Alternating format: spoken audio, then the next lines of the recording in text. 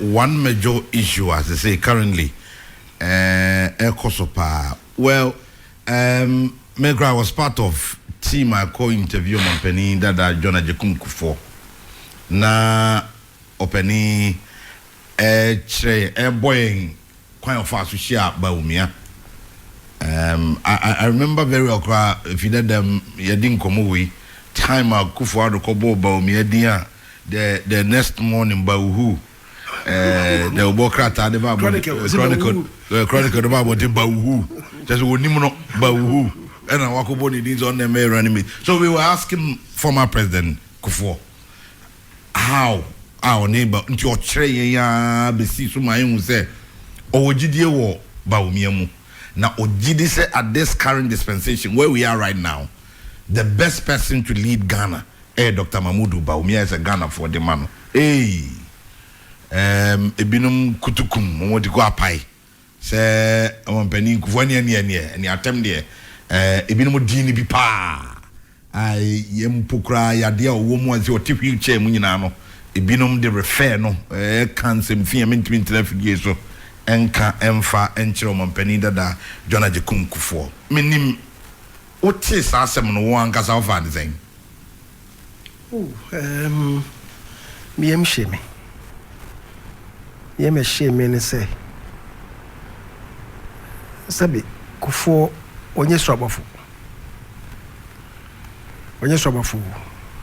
we dey na nsubi wone ho but nipa bia no ohwe nia waye na o de tunseni ni so na o kase nia waye dia boa nipa bia na mampani ngo a bia wo bia nipa bia no ade we ya waye die we ya waye krampo no ye fanto nchen ye kana sa wo ade nipa we ya ye pa dia boa me se ne waye we tie me kra me fanto nchen Kai papa.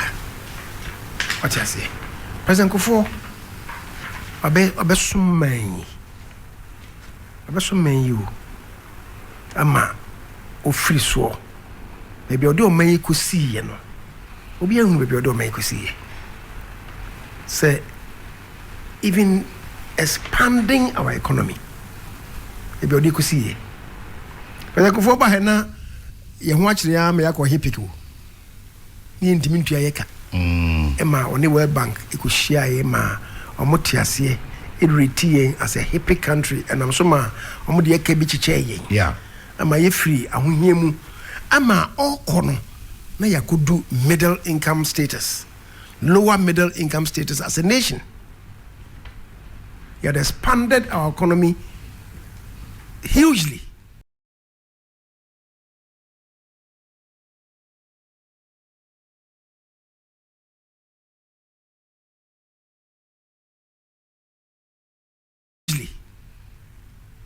Had expanded our economy hugely. And the could do some middle income status now. Innovations or they buy baby. Kufo buy na runners are introduce free compulsory universal basic education. F-cube na runners are introduce. But say F-cube no enyensi ye papa. And more the capitation grant buy. Send them be a mamfo e be free sebe mo bro for mo team do mo mark school.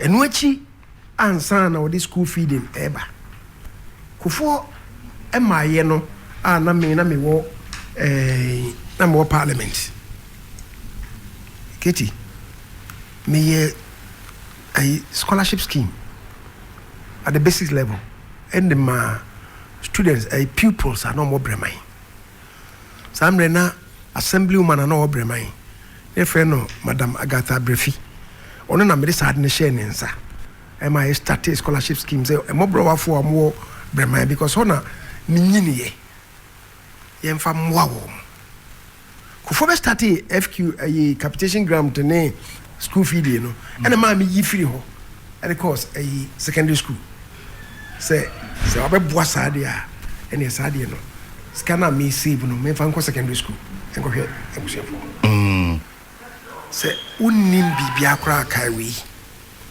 eno achi ene wode say nkwara go school omnibus services omutremu a yemfa nche wo mo se ne be omutimi e dia go school kwa ko fo ne de sa ne menyina bai nti sabio sabe producer e de bibia to nchen a na se papa no wanye bibia no sabio sabe atem na wodidi no wu nipa na wodi atem no e bia wo ankasa wu a onam ho no a wo mobra ye buku 4 die mu a ye bu mu wo hakora wunya emu baako no obi se wo kwase a enye wo de ndi utra baby ehwe obi papa obi nana enim se nipa mienu miensa edu nan ye wo se na epre wo si we ne mehu so betumi aboa ndi gana fo mo fansha ne nsa akasa asoma waka no wo ye kwase aso akasa asem no na wo ye nipa bone se ne wo ken ke kansem a ensem fata e to no so a wa branya me de me ya ne se nipa no pese mahama wo no obo chi do mu se ma wo ken nyina wo no ka de bo awo ka de fo awo so wo wa ye mempani pay nti echira de echi asa asem na nipa no kan ye no obi be ka bi fa wo ho a ebe yo de and then ka say onye bibia na yes nka immediately John mama nangasa yes Brenda an apology to Kufo say Akwai he speak for my party he speak for me he speak for my party but we dey entweye ka obeka sa ka be set a new tone for us as a country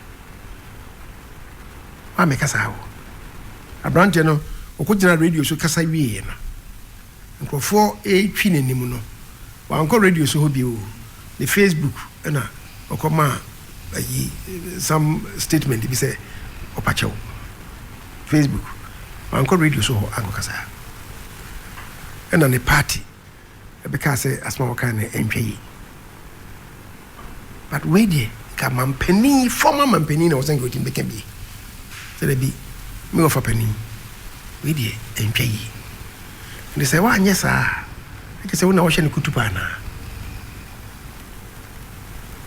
president Kofo me dey me dene say asem ne bae no ono emu no kasai president Kofo is a student of the former prime minister Buzia can say be or say Africa be member on o person we successful politician o say wunya ye funkese na oje ensem nyina agum na ye papa na ye boni sebe na ye nkwase asem ebi na to president Kofo no amedie meka say o homeso o nkasa nchirima ana meka bia mana Franco Bemo Bombanta na Bebam Grano even Alan Chamantintu was not happy on also pass a comment people thought Obi Krabe Kansas and shouldn't come from Alan.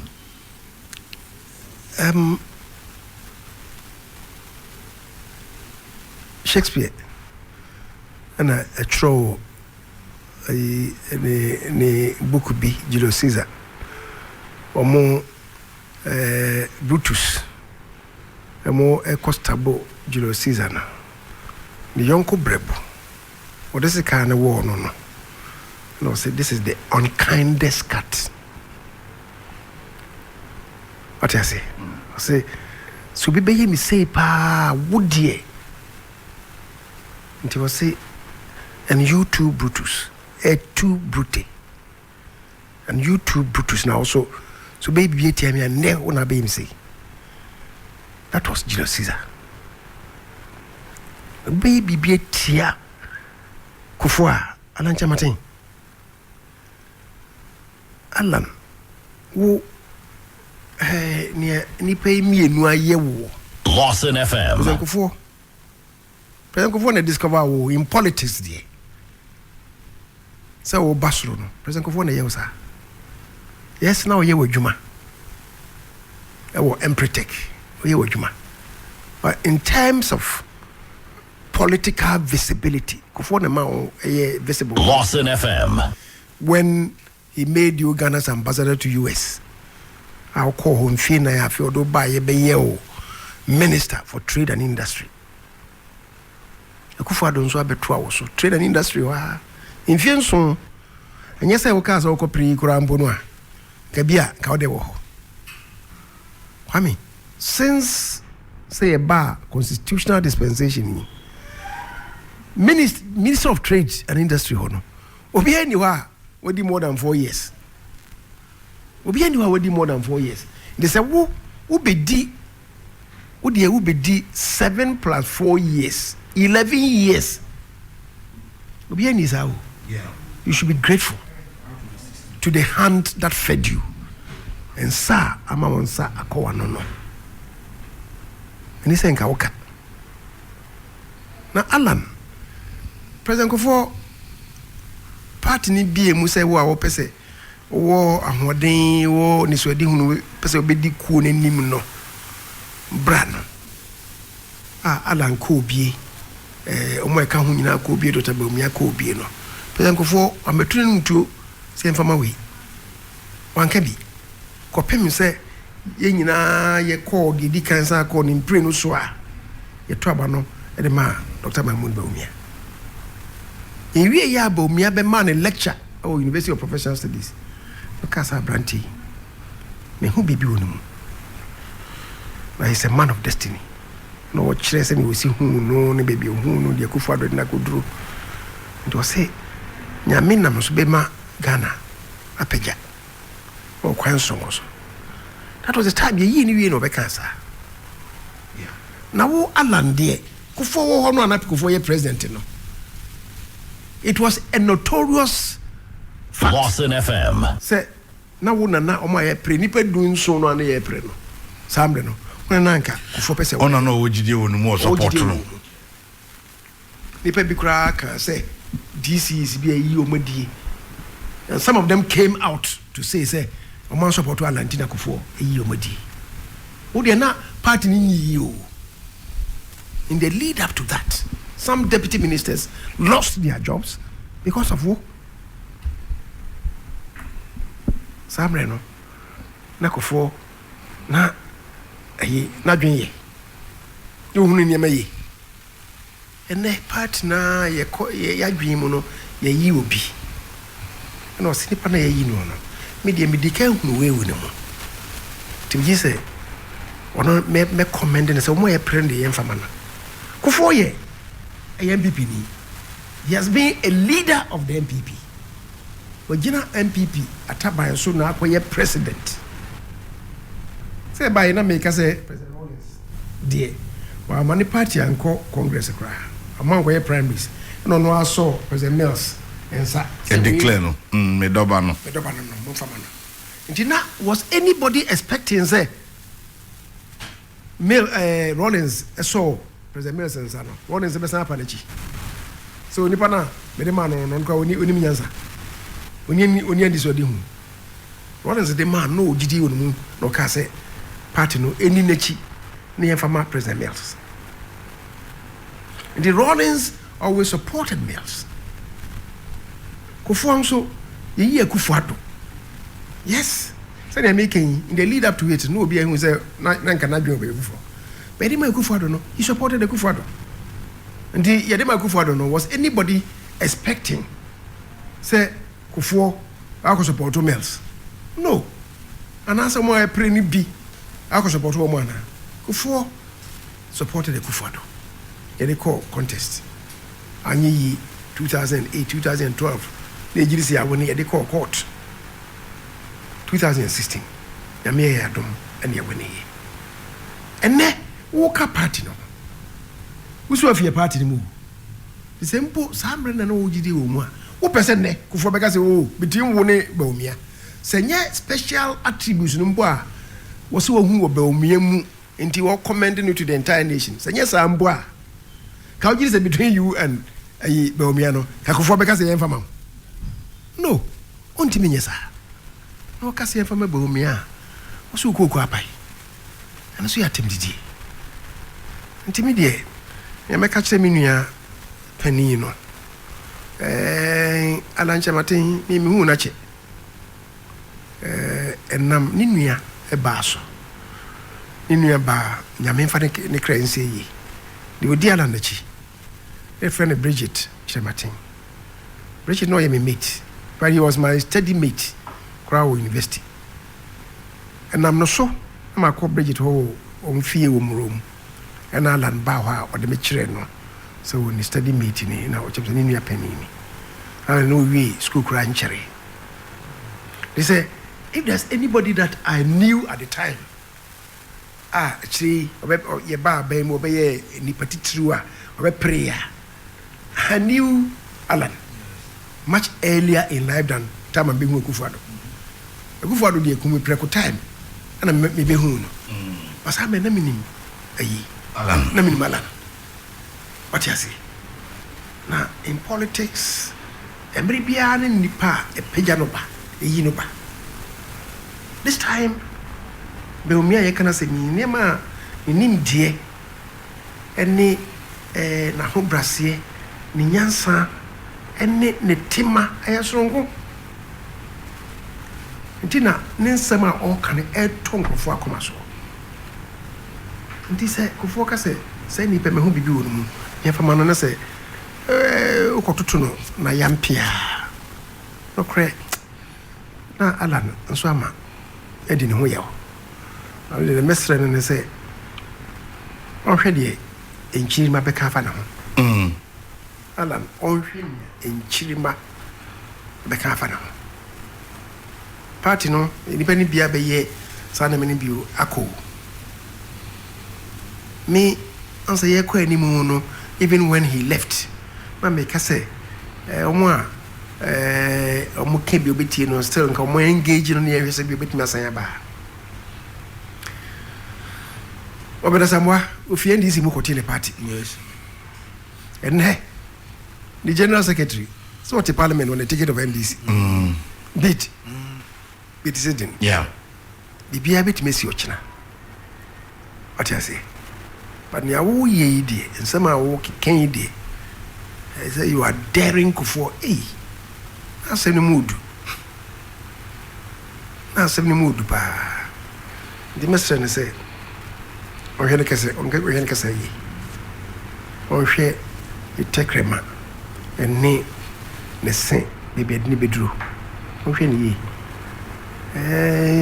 minia ye ni pay asem bit ma shiwama sometimes bit ma ko ka asem bia fe be ka dwene ho no se ade a me kai man kan yi overboard kra ade de bia asem yi ana ma me de kansa se na minim kofo no nka bia me de me fans be support me na se opinion be support ya enti ne yi ana ma me de kansa bit me abasa what you say tim de message go best party onwene ho yi na se okopa kofo che ne be ya kamisa be bo ano ebi se wan kan re nye o say ebi no fi so wan kan bi I'm sure the some of kind enya nye wan kan se he was addressing the issue not the personality issue no kind of saying say ordain I dare Kufo no issue no since when o papa na ne kasa we do no papa kasa sa o papa o don't know akra kan say me wo fa no yes me uncle yes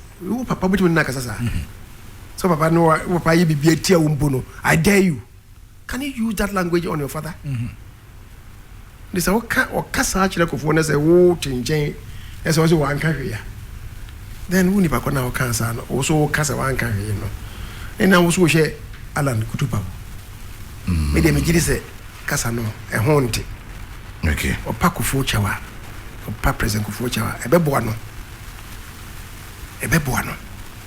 now having said that of course say me say public apology now dikan ko no me I don't lend credence to that of fa a pochi a panicho ansana se bia boko no akofie yes now okay. To na come as no ba so I've settled everything between me and the man yes and me panicho abufu bi na e share me so the nipa it's like for some fanche me it will quieting everything okay it will quieten everything Franco. Yeah, Kwame. Mami miss honorable questions, kakra. Yes, sir. Honorable. Yeah, I'm not into flatter you, but people call you an institutional memory when it comes to parliament. Means what to two coin and saying this was parliament. Obet say there be Senate, say Senate, more technical ways, na BTA. Oh, the executive and the judiciary they are in bed. We are a masters of our own rules. You interpret crana ye the person ye. As a leading member, their course for parliament. How do you feel? Oh, I feel bad. Me say papa sa. Inti me wo amanoni na mete ne ekoso no. Me ni minu akuma na obedi made afenyo. Me ne no ekasa. Me ni Bagbin so ekasa. Say ye beto yi amaye nyina. Anything. See, yeah, bano. Some meeting, the third meeting and the last meeting in an election year now, because I want to send him. Election year, third meeting, no. Usually, we call be a Kyei Mensah na option 9, but so me. Now, usually, no. Some meeting, no. Yeah, Emma, yeah, peje mu. And I'm saying to about December 7th, no. Election year be anywhere parliament akwa setna amana ko beyond November 7th. Ntina me ne Urban the speaker am ne ka say sa won kai we na sa year yi die no. Won fam brand new. I was talking to him saying 1st October ka o mi parliament. There were outstanding matters. Because we are the 1st October by November no there will be a meeting year free. Na afi ya obi akọ the consensus akọ gidi election campaigns no say okay what the subsequently no frame no cast obe you know 8th October, which I thought was still not bad because we had 8th October and goes 7 November no na why 1 month no instruments be a wo be a pass you know pass be lay within 21 days no make me na bills be a hobbit me every ho any agreements be loan agreements with me vote on accounts be or mini budget or say bit my every ho. So I thought that was good. Actually no na I come say when to be on 8th or they go 15th October. Then I saw there was going to be a problem. Because on the 15th October 21 sitting days you know, before November 7th you know, it was going to be difficult. It then would extend beyond 7th November. Now, yes, I be MPs no more contesting no. Even those of us who are not contesting, be okay. Person Koboa campaign, ebe ha drink akra. I don't know because I dear back home you be and they personal. Until yes, okay. So if you say meet me at transfer maybe be a year, even though it wasn't the best. I would say since 1992, the Shah says here to Aban. President Kufuor time, 2008, and one time Parliament in an election year, or more say beyond 7th November. Na numpono, ne ye facility be an web for the Magana. Na ye loans be on the maye na grant company component room na no what the bar na about 450 million or so near the koya about I think about 6 hospitals be because of what time it appears to say Barbara do a free mono finance ministry no ma dwen ejaye so nti World Bank for no threaten say anye ya approve sa de na on be withdraw facility no enema ayemhihie bae ena ema ye free parliament. I think it was between 21st to 23rd of November near court special sitting 2 days ye declare sa ni mani nyina ma ni free ho ne parliament esa ageni ya musa ko back. That was the only time. Other than that ni nyina no ye ne ageni by 7th of November near sorry. Nti we say no e ba na e ha dwen kakra na asam no ha be nyina ne kofa ba ne say the come back they say her na dusu and ono koye ni rally bi watermani na ho no ka say wo nkrofo akofile so mo contest e wo say 4 MPs bi and then maybe o maye e bi MPP fu omo so mo ko independent na independent na omo so mo ko no ono na dream no o gidi say ebe amount to vacation of seats na NDC ni ba ko so akoyesa ono so NDC ni ono so akọ primary solution so akọ fire so ko independent ti nipa na ye nan o gidi say sankofo no nyina no to maye no it will amount to a vacation of seats in the all kind of rally say parliament resume a file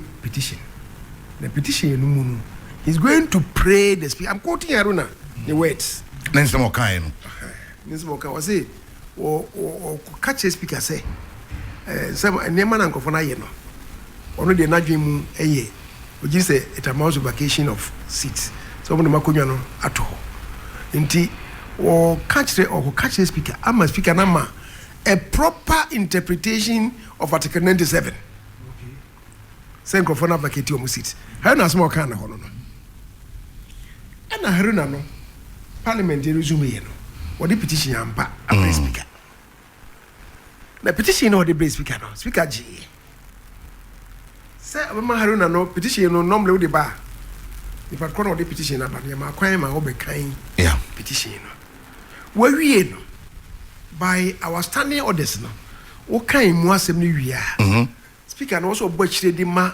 ba so for a friend petitions committee okay say almost go hwehwe mu omo report mra parliament sana ye no we speaker na je ye no wa ma haruna e kwan ma haruna na ameka na asem ene obochire di ama petitions committee ama ko hwehwe mu ne bia omo de report aba ma ya kan wa asem ma speaker akase bia obema ne directive and as in ruling wo ho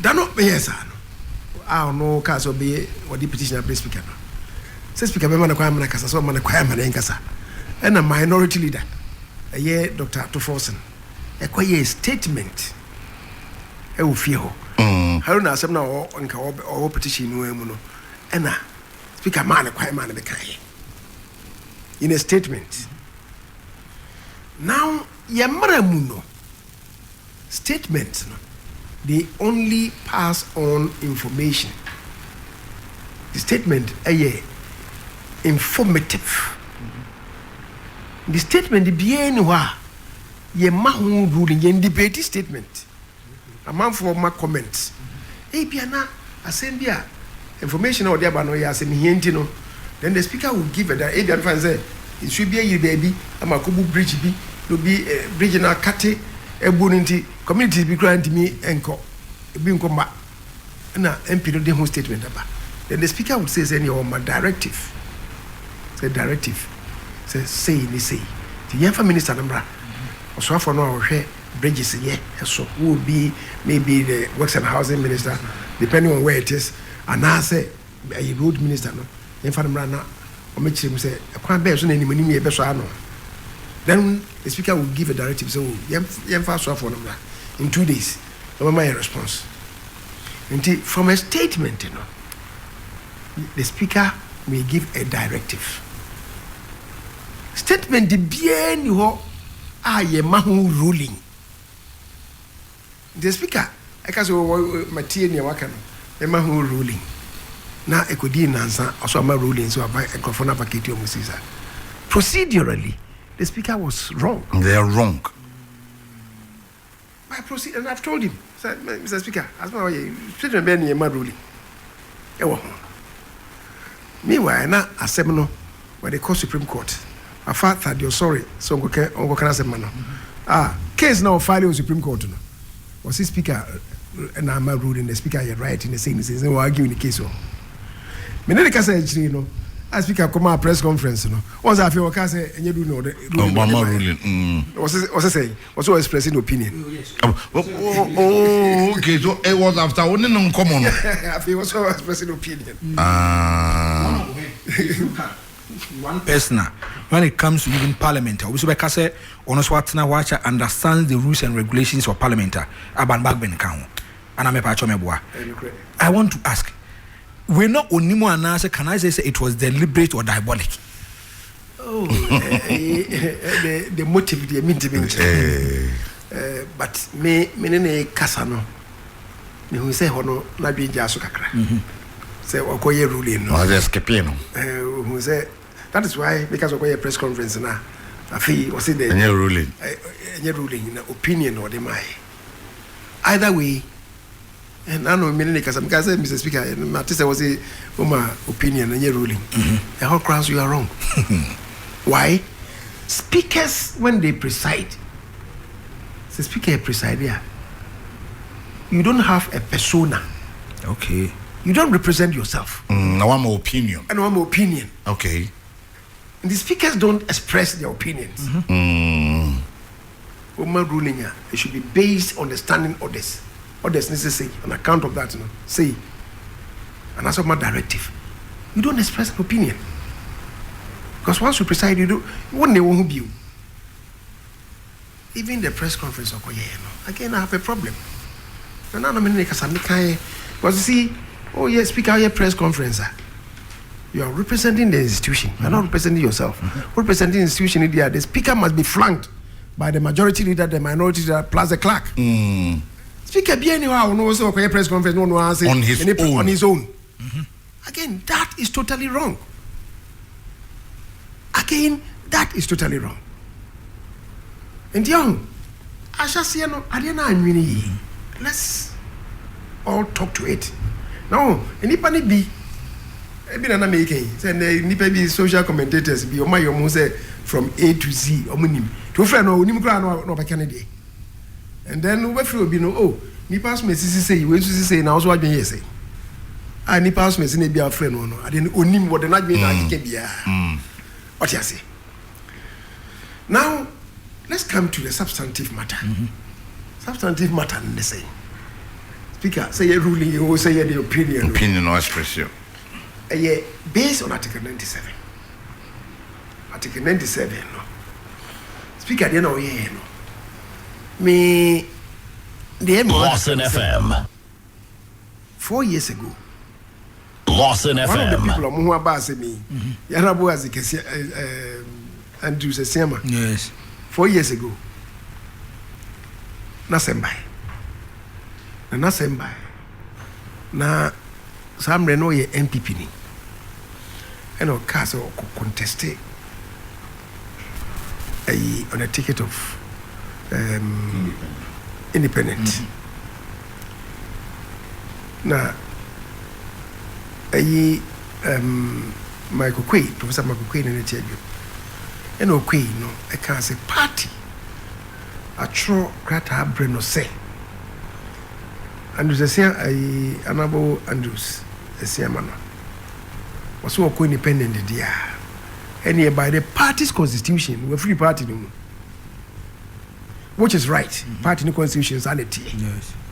nti na almost say party no say any omo any Mr. Speaker can say we free party no any next is we free parliament any free parliament. The Professor Kyei Efrey no pebi party the krata no koye and o ka che nse krata nsa kani nti oberedi krata no parliament na che say aye say esiama na free ho o kan kire me ka che nse me ne nya adwen. I disagree with Professor Kyei na me ka kire ne say no kire say party no betimi yi na fi omukom but party ne ka so mu yi na fi omukom a it cannot translate into say a parliament. Why? Because you see, Article 97, no, say, a friend is saying, will be vacancy. No, I mean, my entry was in kind. 97, no, will say a member of parliament shall vacate his seat in parliament. Any year, or say upon a dissolution of parliament, say 6 January, midnight, since January na parliament na dim fie 9 Lawson FM ye dis all parliament na we are our parliament will be vacating the seat. See, if he is elected as speaker of parliament yenye speakers no many members of parliament to say you member of parliament say you say you speaker you vacate your seat send your door jaho yeah yeah no na kunyo no de to why kwa by election it also means no we say if he is absent without the permission in writing of the speaker and is unable to offer a reasonable explanation to the parliamentary committee on privileges from 15 sittings of a meeting of parliament during any period that parliament has been summoned to meet and continues to meet. In this year, meeting, a sitting. Now, ma they do denum 15 sitting days. Ma na say, ni permission and speaker ho. Near Frew, no one yanu ye bia, ye Bason for no privileges committee for no one yanu ye bia ma wo mo. I'm going to report to Basse one yanu ye bia and one year for parliament. Okay. What you say? Then you know, this assembly. Assembly grade BSc pay no ko fast. Kai. I just have one issue, no. By in the speaker so committee ni we also them report to parliament. Na mka say na nya bi. Esa na constitution nika. Constitution say if he is absent without the permission in writing of the speaker. One omo ye absent. Omo ye absent. Omo permission. Omo permission. And I'll say from 15 sittings of parliament during any period has been summoned, and he is unable to offer a reasonable explanation to the parliamentary committee on privileges. And to move free. And to move free. No one just Papa Bianca. Assembly board normally report to assembly. I'm free when you say and can't automatically you leave parliament. Okay. Then you have to normally report to the Bama parliament. Minna vejiatum. The parliament in Asia, they can say you constitution as well can. But indeed, speaker can say because he's wrong. That's how I committee. And but say a parliamentary committee, or decided for as some Mr. Speaker. There are so many places a committee, a constitution, like I say, determination B is done by a committee. And I'm a trainer in Article 106. Article 106 clause 13. The Biva Parliament, let's say declare and say agent. Committee being determined. Yeah, parliament at 177 yeah budget na force ma JBC na as BBC anticipating no make provision for it in the budget. Yeah. BBC, that's the finance minister call but some from we finance committees expenditure say same say na this year omo eto ma akoma so a mo dey say okay the work can be reasonable. And you could see now open. So I see 50 million Ghana cedis every more. Could you fit contingency funding? Committee no, our class of money quite. So I no crying ma parliament. Ma parliament. Committee level. Committee level. Yes, maybe we in actually. No idea. Mamusa said that bono. But I just wa carry inti. I feel was a son of anyway. Indeed, what's the assembly was Supreme Court say? Before the Supreme Court, assembly treho. No more I'm catching them say. Masa, Moody, I'm more penetrating. Me, I know I'm right. The speaker is wrong. Open correct interpretation. Eh, my idea. Name of Munyai. Munjanso. I didn't hear. Who ya address a free home? A Supreme Court ni bunufo. Say, because I when you be the committee, the committee cannot by election. No, you're going to hear a day. It is a majority. Woman is in that is why it's the only reason why I said Lawson FM. It was a Rosin da Fiabo Conum. Speaker because I only could eat and I say any sense. And I know I said me by and I'm saying I must have got some bus. I'm correct. The one who said I was right. And then you go just have from free. Last week, what did they have from my time? Was say I didn't know here proper reading among who say committee in it. When I said no one disagree with me because the speaker has spoken. Speaker Kadia was say, well, your party in teaching I was a supporter. I feel as somebody by a Supreme Court, I go yes, if you rule it here, speaker, you know, so only assassin will say, Kyei Mensah was right in Tinia, some younger family view, they address from free. But that's another conversation. Yeah. Kwame, near me can be seen and say, okay, G no F no or say if the person resigns from office as a member. Some of me will be resigning. Some people resign.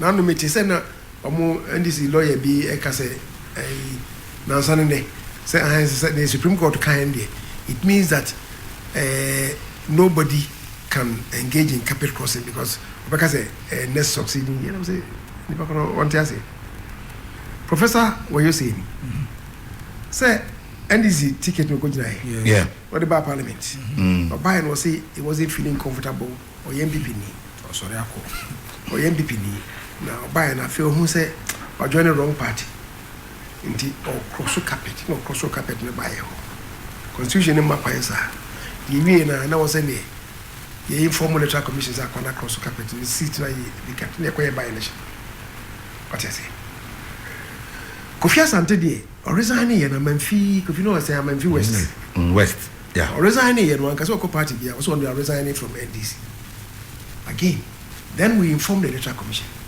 and they koye by election what I say now we dey or say and a G no say if he leaves the party of which he was a member at the time of his election to parliament to join another party or seeks to remain in parliament as an independent member of parliament.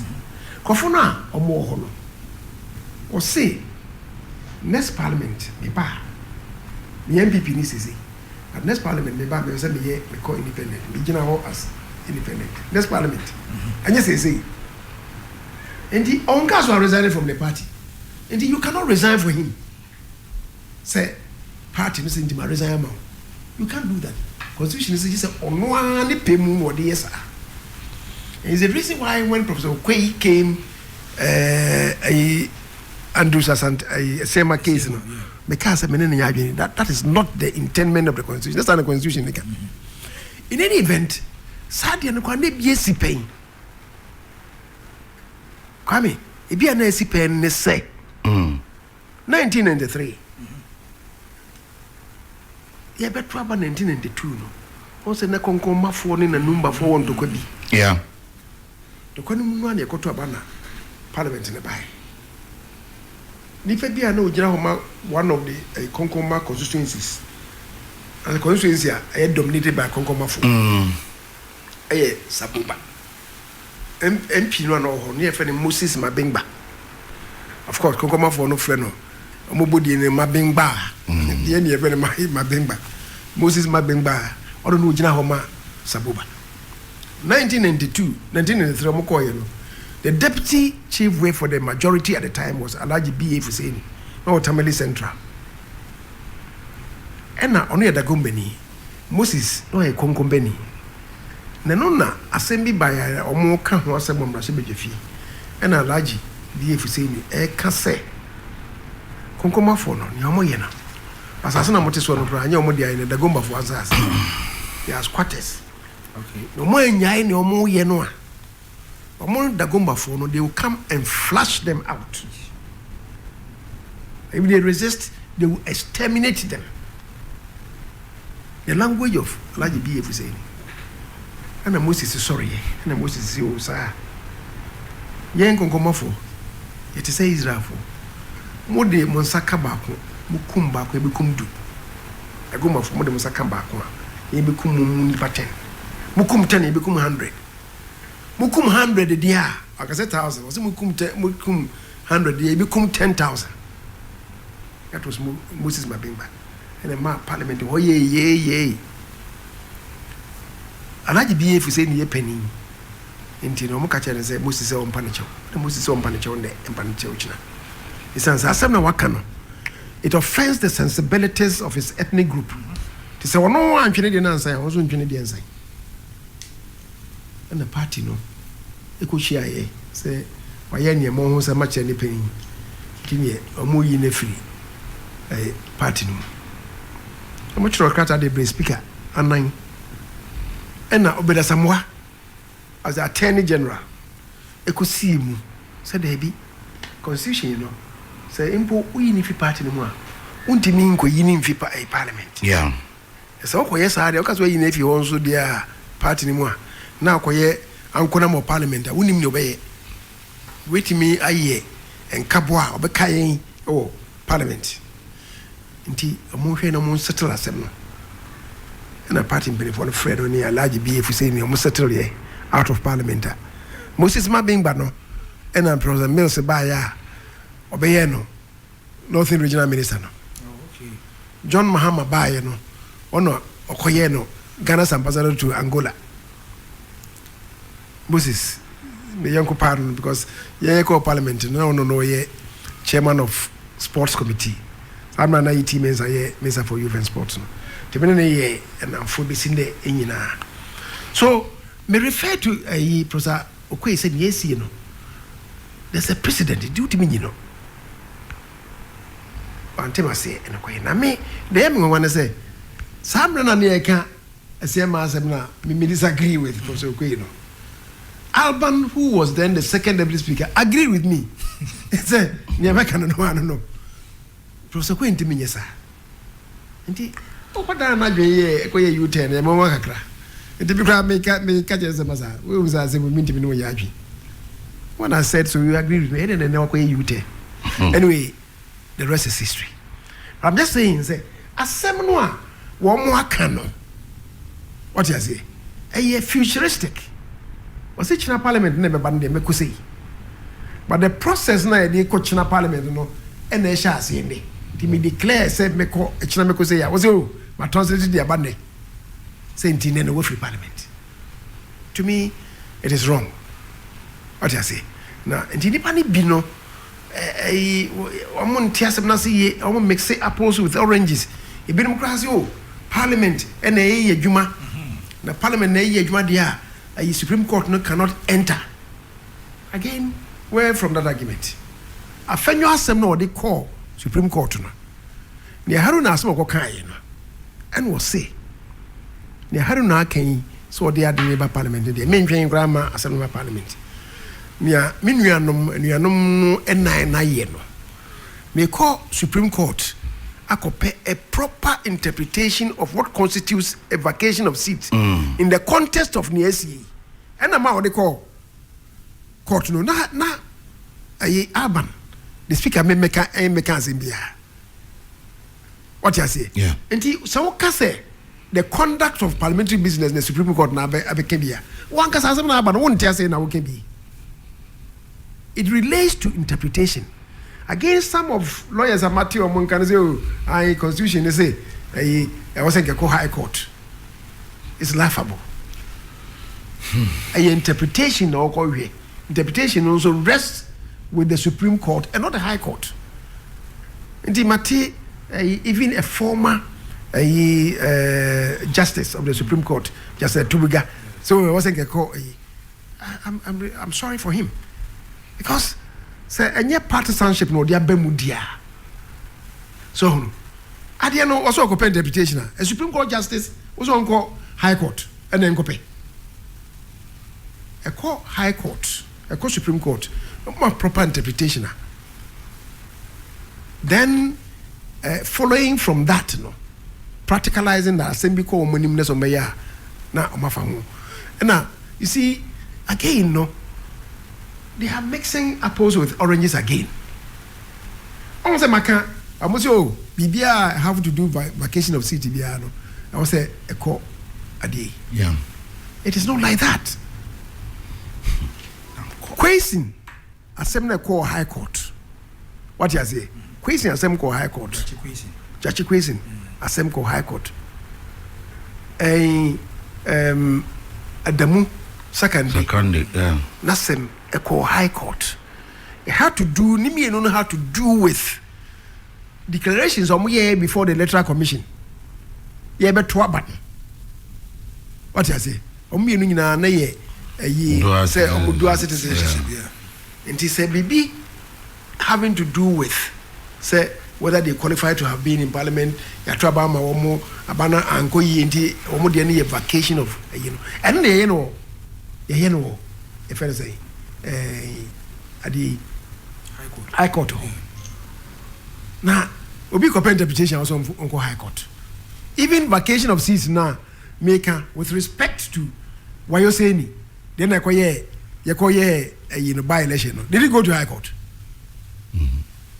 why is you work across the carpet no and go high court now they call high court say oh why is it does it amount to declaration of vacancy people don't even understand and because anybody be share say no kebia senior you just say tum dia bekai na let me say this man why is Supreme Court justice be I don't know what for the near dia de na chi why you say the vacation of city didn't pass through the high court when Kofi Asante resigned and go through high court what you say because I act on my the speaker only directed the clerk say inform inform the electoral commission saying you my vacate or seat because we say a member shall vacate his seat if he resigns but resign but later Basma resign under his own hand yes until you throw letter now justice now Peter Lajeti na speaker but next speaker ni ho the Freddie Blaine na presiding I never see Freddie Blaine so Freddie Blaine every day really Kofi Asante letter and that was it I go high court and you know high court the no year at the inception of parliament and yes say parliament you ho obi so ko ye also ye fanko for declaration of they are totally wrong and the minia sana senator kwa mimi sasa fana wana wana dan to it's about parliament hona because not parliament hona no it's about parliament hona okay because parliament hona person bisa question honorable Bawumia yes sir the former president John Dramani Mahama was one president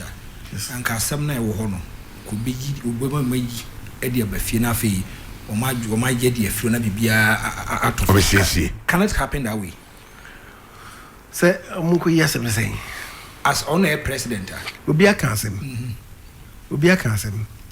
say ono no de waka no officer is right wasa na maka no asem no na enye Bagbin asem obeka ene na ma afanyali ko tu haruna de na waka na officer de bi ahwe ye de asem beba no on account of that no say make pay a proper interpretation no they call Supreme Court ndongo yimre fi say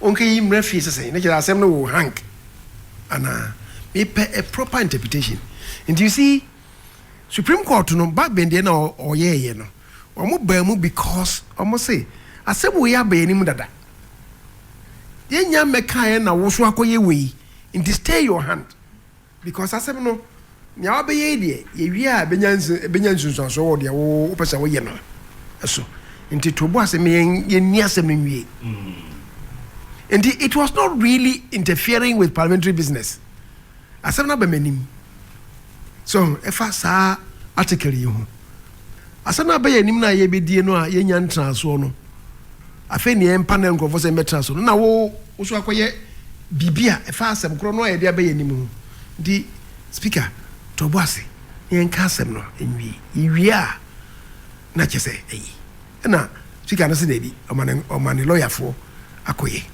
again so bisamia akoye speaker no kro akofa atade osore no me wasem eka wo ho because you see the speaker so representing parliament their parliament ye lawyer penini attorney general yes ye lawyer penini attorney general so ko fata de osore when si kana dikotua tade osore nika parliament si kana dikofa dikotua nika ana se wo si kana dikotua nika oh sansam na e wo mu no a bit complicated I mean ya ne maka akosie ni nyina no se na maka mi na no mi ne ya speaker na me din ko so me ni ye ne krambo be fi ha me sa afre no but ade am ne nya adwen meka se me ne nya adwen me na meka se me ne nya adwen wo anamon we ni we but ne nyina chi no o se bibie ni ho a se be mpani se enye ketrema ne sen na ye deka ade nti nsema da ho no na no me say me yonko say din ketia we chairman of NDC so because oh boycott parliament do you understand the implications Sure boycott parliament ye ko toba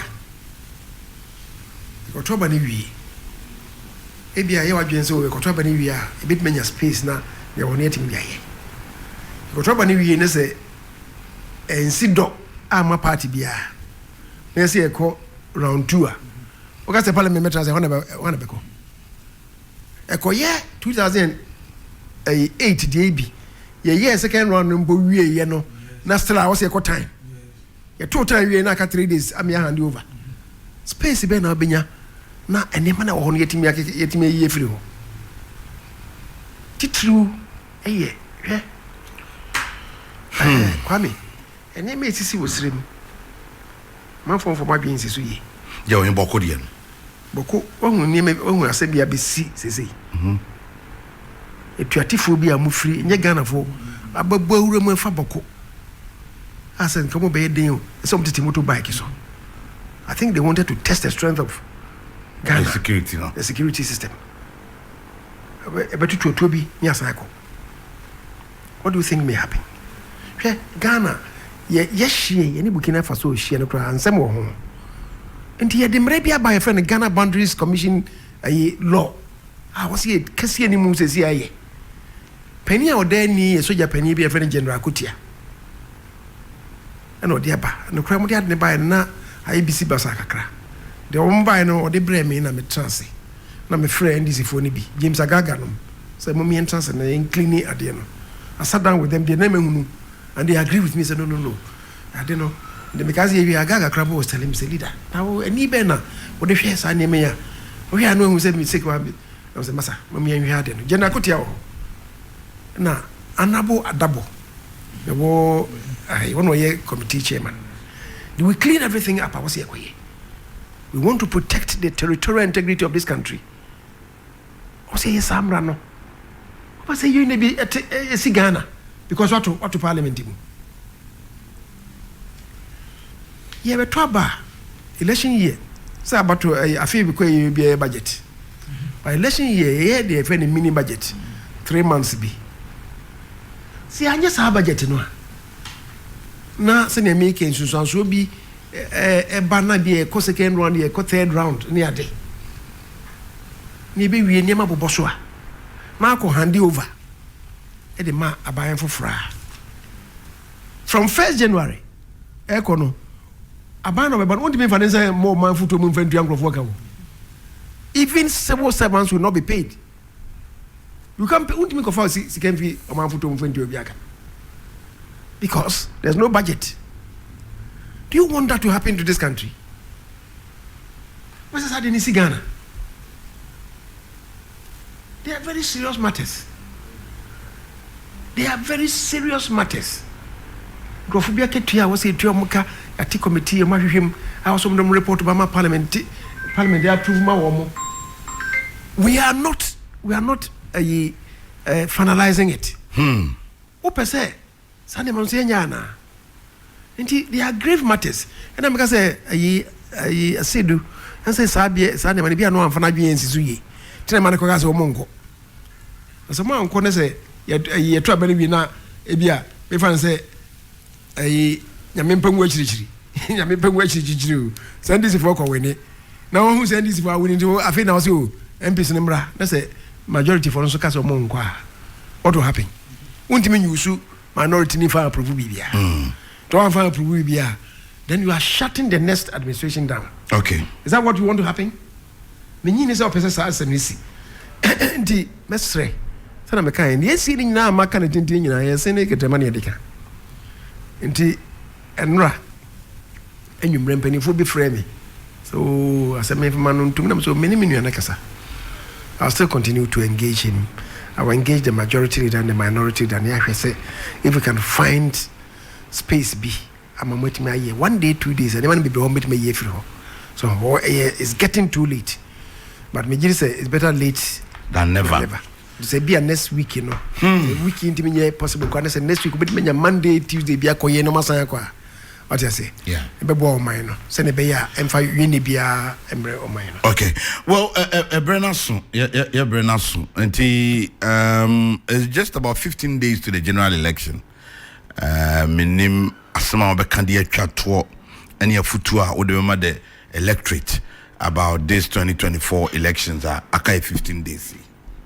Okwame, nsɛm de nsɛm sɛ abrubi so a de meka ne sɛ abato sɛ ne de bia meka no ɛyɛ adwenkyerɛ anya atem didi ɛna nye ntɔkwa metete sɛ nkrofo bi so mo boa wo mo ho ɛna ɛyɛ no pay me call mo sister station ba Lawson FM sɛ mo pɛ ne papa yɛ me ne papa mo pɛ ne papa no mo de bɔne ba nso de bɔne bɛhyia wo mo wo de bɔne ko hyia man abato ɛyɛ adwenkyerɛ obi sɛ ɛfa benkum obi sɛ ɛfa nifa ho kame eno ye ntokasem nti de mesre ne se wo mo mo ya tekro wo jemsem se ye nkoyese no ye mfa no nyina nto na se po mani ye dia ye tie benkum tie nifa ye kodwa mienu ho ye hu ne eba mpanifo de tiri mienu na wo mu no ye Alaji Dr. Mahmoud Bawumia any John Dramani Mahama ye tie wo no mo nsema wo moka ye nyina ye ka no kra kire ye ho ye nim nia epusu akoma